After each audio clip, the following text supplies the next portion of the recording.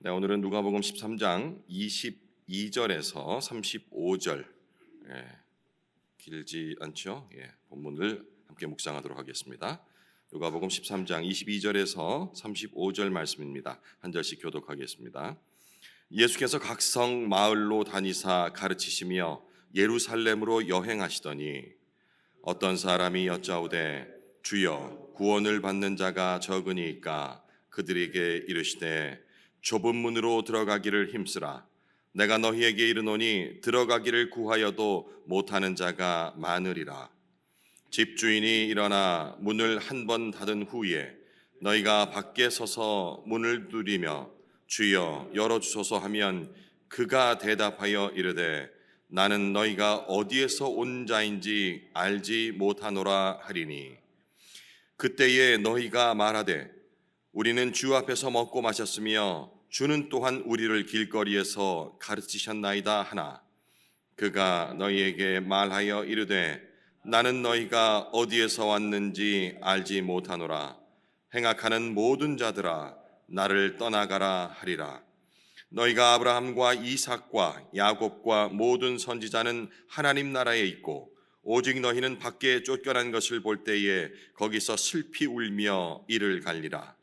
사람들이 동서남북으로부터 와서 하나님의 나라 잔치에 참여하리니 보라 나중된 자로서 먼저 될 자도 있고 먼저 된 자로서 나중될 자도 있느니라 하시더라. 곧 그때에 어떤 바리새인들이 나와서 이르되 나가서 여기를 떠나소서 헤롯이 당신을 죽이고자 하나이다. 이르시되 너희는 가서 저 여우에게 이르되 오늘과 내일은 내가 귀신을 쫓아내며 병을 고치다가 제 3일에는 완전하여지리라 하라. 그러나 오늘과 내일과 모레는 내가 갈 길을 가야 하리니 선지자가 예루살렘 밖에서는 죽는 법이 없느니라. 예루살렘아 예루살렘아 선지자들을 죽이고 네게 파송된 자들을 돌로 치는 자여 암탉이 제 새끼를 날개 아래 모음같이 내가 너희의 자녀를 모으려 한 일이 몇 번이냐. 그러나 너희가 원하지 아니하였도다. 보라 너희 집이 황폐하여 버린 바 되리라. 내가 너희에게 이르노니 너희가 주의 이름으로 오시는 이를 찬송하리로다 할 때까지는 나를 보지 못하리라 하시니라. 어떤 사람이 구원에 관한 질문을 합니다. 예수는 좁은 문 비유를 말씀하시면서 제자들과 그 자리에 함께 모인 사람들을 독려하고 계십니다. 근데 그 내용이 충격적입니다. 아브라함의 자손이라는 특권도 심지어는 예수님 자신을 따라다닌다 하더라도 그것이 구원의 담보가 되지 않는다는 말씀을 지금 하시고 계시거든요. 22절 예수께서 각 성 마을 각 마을로 다니사 가르치시며 예루살렘으로 여행하시더니 어제 잠깐 말씀을 드렸었는데 예수님은 공생 기간 동안에 갈릴리에서 예루살렘까지 올라가시면서 여러 마을에서 하나님 나라에 대해서 가르치셨습니다.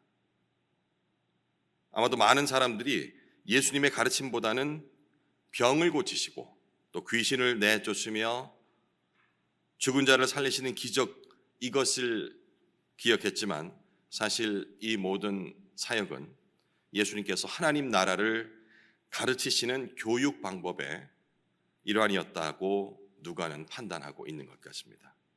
그리고 예루살렘으로 여행하셨다고 기록된 이 문장은 예수님의 사역의 최종 목적지가 예루살렘이라는 것을 암시하는 문장이기도 합니다. 여행이라는 단어가 우리에게 지금 현대를 살고 있는 우리에게 그렇게 낭만적으로 들릴 수만이 없음은 예수님께서 예루살렘으로 올라가시는 그 목적을 우리가 이미 알고 있기 때문일 것입니다. 어떤 시인은 이 땅에서의 여정을 소풍이라고 표현하기도 했습니다. 천상병 시인인가요?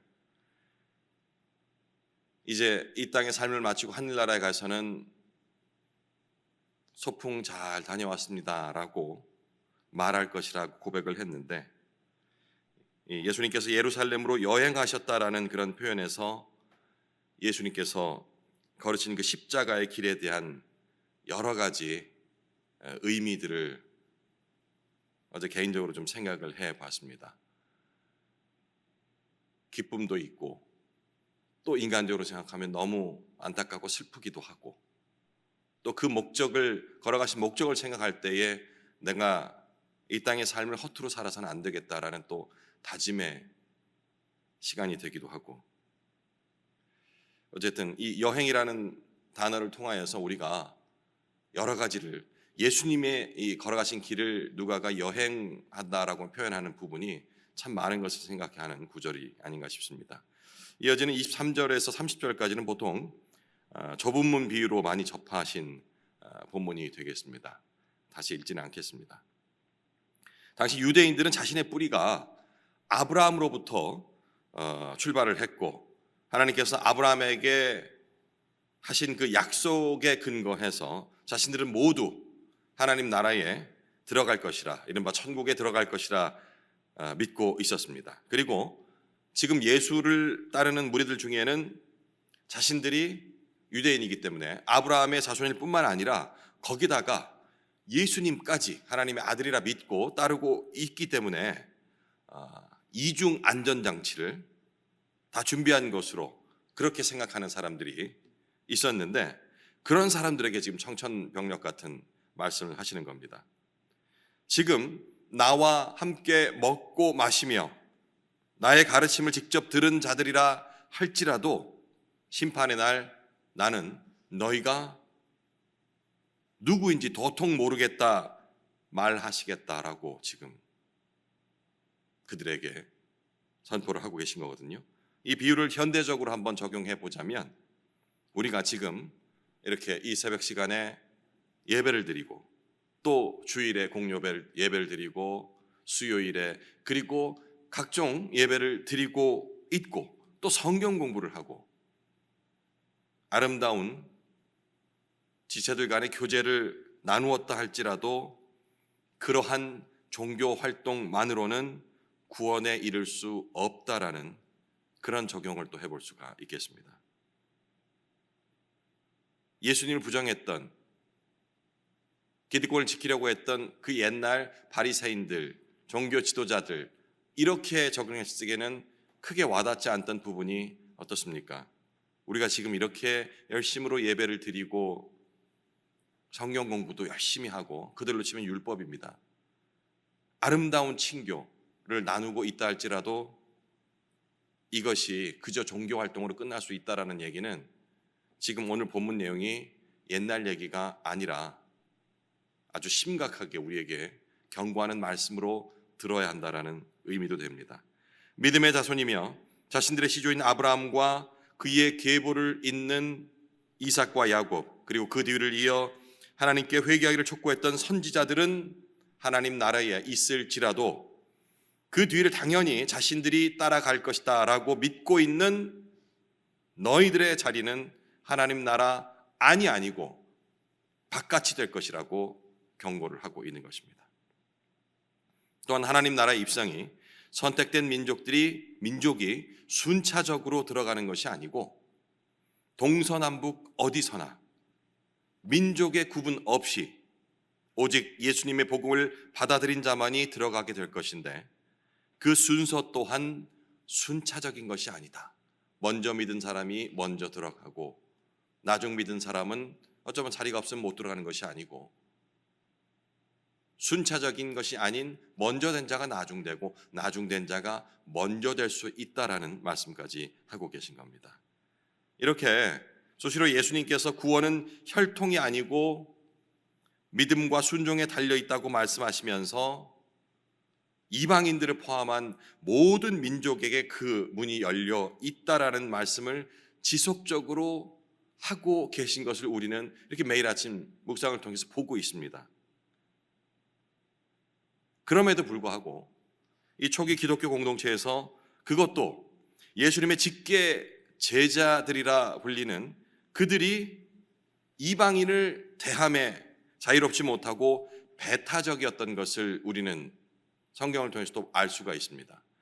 지금 벌써 예수님께서 수를 헤아릴 수 없을 정도, 성경에 기록된 것은 우리가 이렇게 숫자를 헤아릴 수 있지만 얼마나 많이 말씀하셨겠어요. 이게 민족이 아니다, 혈통이 아니다. 오직 그 복음 안에서, 복음 믿음으로 인하여서 이방인과 유대인 구분 없이, 그리고 먼저 믿은 것, 나중 믿은 것 상관없이 그 구원이 임하고 하나님 나라가 허락된다라고 계속 지금을 말씀하고 계시잖아요. 그리고 그들이 예수님의 그 직계 제자들은 수행하면서 따라다녔기 때문에 못 알아들을 수가 없는 내용인데도 불구하고 예수님께서 부활 승천하시고 난 이후에 초대교회가 형성이 된 상태에서 이방인 구원 문제로 얼마나 배타적이었던 것을 알고 있습니다. 바울이 했던 그 사역을 처음부터 그렇게 호의적으로 받아들이지 않았다는 것을 아시지 않습니까? 베드로가 이방인과 밥 먹었다고 해서 그걸로 또 이제 문제를 삼았던 그 모습들을 생각한다면 이 전통이라는 것이 참 바꾸기 쉽지 않구나라는 것을 짐작할 수가 있습니다. 그러면서 우리 공동체는 혹시, 개인적으로는 그러거든요. 참 우리는 그런 전통이라는 것에 홈페이지 이렇게 자세히 보시면 이렇게 적혀 있어요. 우리는 전통을 따르지 않습니다. 전통은 진리가 아니기 때문입니다. 라는 문구가 적혀 있어요. 그러니까 한 구절 한 구절들이 여러분들 뭐 쉽게 이렇게 그냥 정말이야 라고 넘어갈 수 있지만, 이제 목사님께서 교회의 정체성을 정의하고 그리고 우리가 나아갈 바를 볼 적에 그 한 단어 한 구절들이 다 의미가 있는 거거든요. 우리가 그렇게 적어놨기 때문에 우리는 전통을 따르지 않습니다. 뭐 이렇게 기성 교회에서 일반적으로 들으면 뭐야 자기들만 특별히 잘났다고 하는 거야 라고 곡해를 할 수도 있겠습니다만은, 그 시선에 대한 두려움보다는 우리가 어떤 것을 추구해야 되는 것이 더 우선이다라는 생각으로 그런 주위에 어떤 쉽게 보지 않는 시선들도 우리가 알지만 그렇게 가고 있는 것이거든요. 그러다 보니까 그런 그 옛 구습이라든지 이것과는 우리 공동체는 상관없다라고 하는 생각들이 굉장히 안에 깊이 박혀 있었던 것 같아요. 근데 어제 그 생각하면서 이것도 교만이 될 수 있겠다 라는 경각심이 들더라고요. 우리 교회는 혹시 본질이 아닌 전통을 지키려 애쓰고 있는 것은 없는가라는 생각을 하면서 문득 전통을 지키지 않는다는 그 명제 자체가 우리들의 전통이 돼가고 있는 것은 아닌가라는 생각도 하더라고요. 조금 이렇게 꼬아서 말씀드리는 것 같지만, 자, 우리 예배 순서를 한번 보더라도요, 기존에 그 고전적으로 내려오던 그 예배 순서와는 우리가 조금 다른 결을 갖고 있습니다. 그 취지는 그 형식에 얽매여서 우리가 예배 자유함을 누리지 못하는 것이 아니라 예배 안에 충분히 자유함을 누리자라는 그런 취지로 그 틀을 깬 것이었는데, 어느 순간 이것이 우리의 또 틀이 되고 있다는 생각이 들더라고요. 우리도 순서가 있거든요.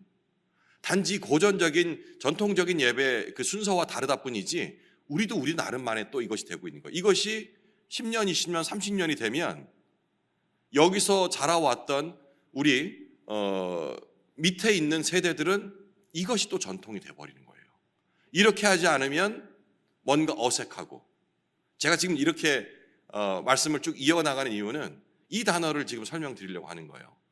전통이라는 단어와 익숙함이라는 단어가 그런 관점에서는 일맥상통한다는 겁니다. 전통과 익숙함.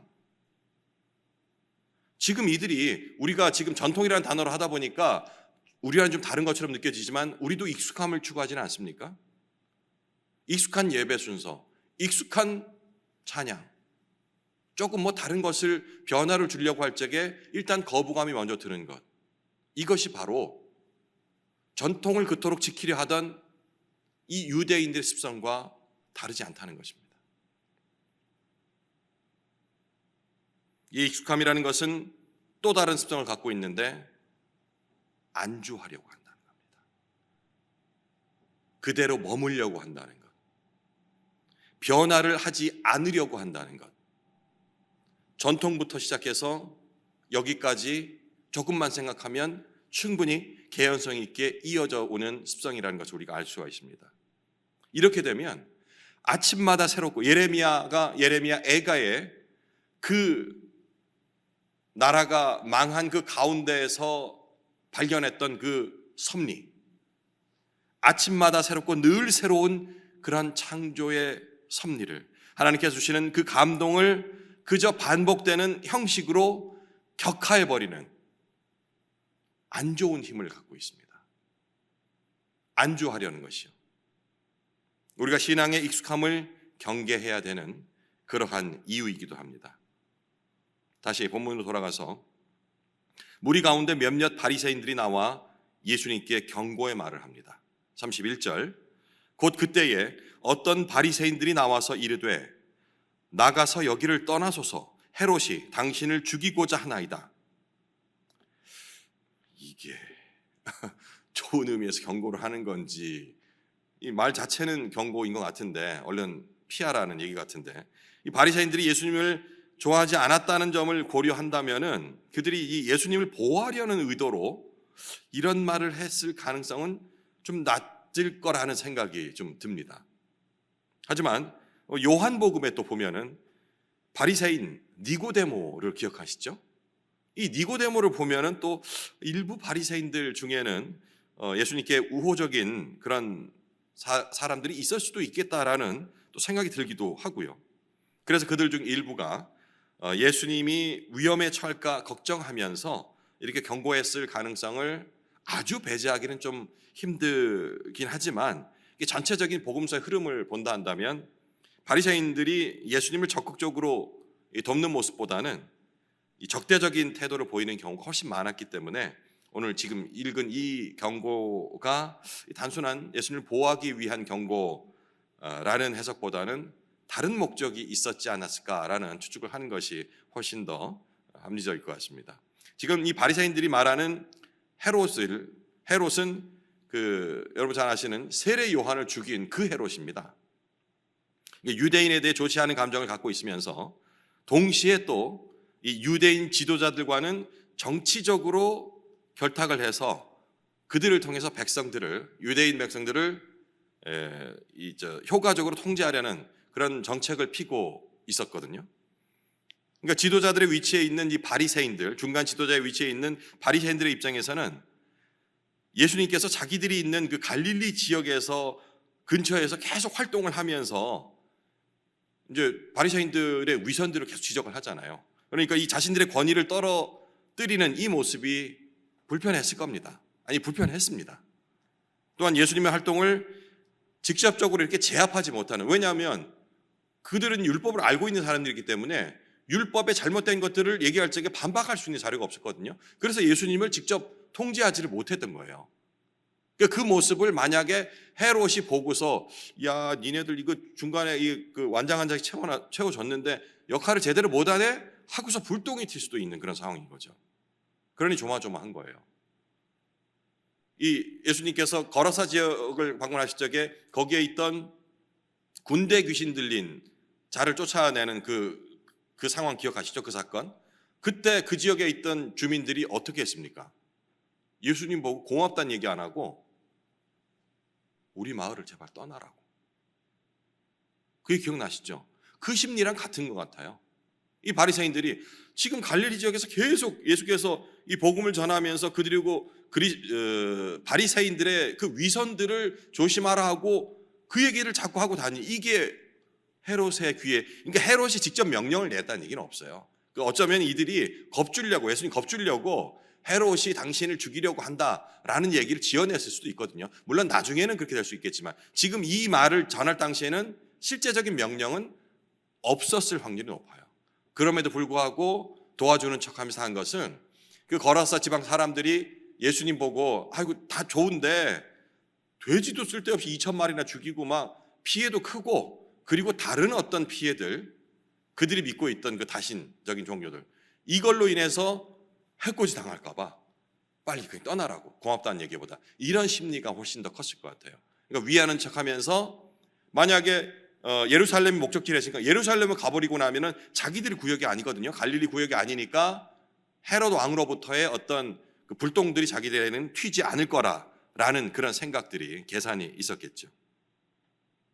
하지만 예수님은 헤롯 왕을 여우에 비유하면서 이 경고를 무시해버립니다. 또한 역설적으로 자신이 예루살렘에서 죽게 되실 것을 말씀합니다. 오늘 본문에는 그렇게 표현하지는 않았어요. 반어적으로 표현했는데 예루살렘 밖에서는 죽는 법이 없다. 이 표현이 결국은 내가 예루살렘에 죽을 것이다 라는 그 말씀을 하고 있는 것입니다. 32절과 33절입니다. 이르시되 너희는 가서 저 여우에게 이르되 오늘과 내일은 내가 귀신을 쫓아내며 병을 고치다가 제3일에는 완전하여지리라 하라. 이 모든 게 좀 우리는 좀 와닿지 않습니까? 그죠? 3일이라는 그 숫자도 어떤 것을 의미하는지 이런 것들도 짐작이 되고요. 33절 그러나 오늘과 내일과 모레는 내가 갈 길을 가야 하리니 선지자가 예루살렘 밖에서는 죽는 법이 없느니라. 예수님 당시도 그렇고 그 전인 다윗 왕 때도 그랬듯이 예루살렘은 하나님의 성전이 있는 곳이며 또 하나님 백성들에게는 신앙의 그런 상징적인 곳입니다. 예수님은 이런 예루살렘이 과거에도 선지자들을 죽였으며 앞으로도 그 악한 전통을 이어갈 것이라고 지금 한탄을 하시는 겁니다. 그런데 이 사람들은 못 알아들어요. 34절 예루살렘아 예루살렘아 선지자들을 죽이고 너희에게 파송된 자들을 돌로 치는 자여 암탈기 제 새끼를 날개 아래에 모음같이 내가 너희의 자녀를 모으려 한 일이 몇 번이냐 그러나 너희가 원하지 아니하였도다. 예수님은 어제 본문이죠. 열매 맺지 못하는 무화과 나무를 지키려는 그 포도원직이 본인입니다.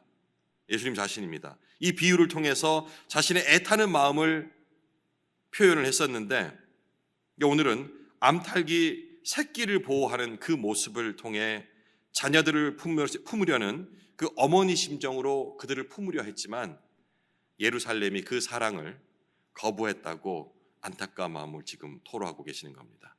35절 마지막 절입니다. 보라 너희 집이 황폐하여 버림받으리라. 내가 너희에게 이르노니 너희가 주의 이름으로 오시는 이를 찬송하리로다 할 때까지는 나를 보지 못하리라 하시니라. 이 마지막 구절은 예루살렘 성전이 파괴될 것과 실제로 그렇게 됐죠. 하나님의 심판이 임할 것을 예고하는 그런 말씀입니다. 그리고 자신의 죽음과 다시 오심, 이 재림을 암시하는 문구이기도 하고요. 이 말의 의미는 단순히 재림을 알리시는 것이라기보다는 그때까지 내가 다시 올 때까지 그 무화과 나무 비유에서는 1년이라는 시간을 한 번만 더 주십시오라고 유한한 기간을 말씀하시지 않습니까? 지금 그거와 같은 맥락입니다. 내가 재림할 때까지 그때까지 마지막 기회가 한 번 더 주어질 것인데 그 전에 그 기간 동안에 회개하여라. 회개의 문이 언제까지나 무한도록 열려 있는 것이 아니고 기회가 내가 재림하게 될 때 그때까지 유한한 것이다 라는 말씀을 하는 것이라고 우리가 그 깊은 뜻을 이해를 해야 합니다. 예수님께서 당시 그들에게 그리고 현재 성경을 통해 접하는 우리에게 말씀하시는 이 몇 가지 메시지를 확인하고 개인 묵상을 이어가시겠습니다. 첫 번째, 구원은 단순한 종교적인 소속이 아니라 예수님과의 진정한 관계 속에서만 이루어진다라는 그 메시지입니다. 특별히 새로울 것은 없습니다. 우리가 잘 알고 있습니다. 하지만 반복하시는 데는 이유가 있겠죠. 곡해하거나 잊어버릴 수 있다는 것입니다. 두 번째, 좁은 문으로 들어가는 것은 헌신과 결단을 필요로 한다는 것입니다. 들어가는 자가 적다라는 것이 바로 그 반증이 되겠죠. 세 번째, 하나님의 구원은 유대인뿐 아니라 이방인에게도 열려 있다라는 그 점입니다. 현대적으로 해석하셔야 합니다. 지금 우리 모두는 그 식으로 옛날식으로 하면 다 이방인이에요. 하지만 우리는 우리를 이방인이라 생각하지 않지 않습니까? 하나님의 자녀라고 생각하고 그러면 우리가 지금 이방인이라 생각하는 그들에게도 이 문은 분명히 열려 있다라는 사실을 알고서 복음을 전해야 합니다. 우리가 함부로 판단해서는 안 된다는 메시지가 되겠습니다. 네 번째, 예수님은 자신의 부흥과 죽음과 부활을 통해 하나님의 뜻을 이룬다는 것입니다. 이 죽음이 무엇을 의미하는 것인지, 그렇다면 우리가 예수님을 닮아가고 예수의 길을 따르겠나라고 한다는 이 고백 내면에는 내가 죽어야 한다라는 그 사실이 기본 전제가 되어야 한다는 사실입니다. 나는 그대로 있고 지금이 좋사오니 이 상태로 그대로 하나님 나라에 들어가게 하시옵소서. 이런 기도는 응답될 수 없는 기도입니다. 내가 죽어야 합니다. 죽는다는 의미는 각자 개인적으로 그 때와 상황에 따라서 다르게 와닿을 것이지만 분명한 것은 내가 죽어야 한다는 것입니다. 마지막 다섯 번째, 예수님은 우리를 날개 아래 품으려고 하시지만 우리가 거부하면 심판이 결국 임한다는 것입니다. 개인적으로 묵상 이어가시겠습니다.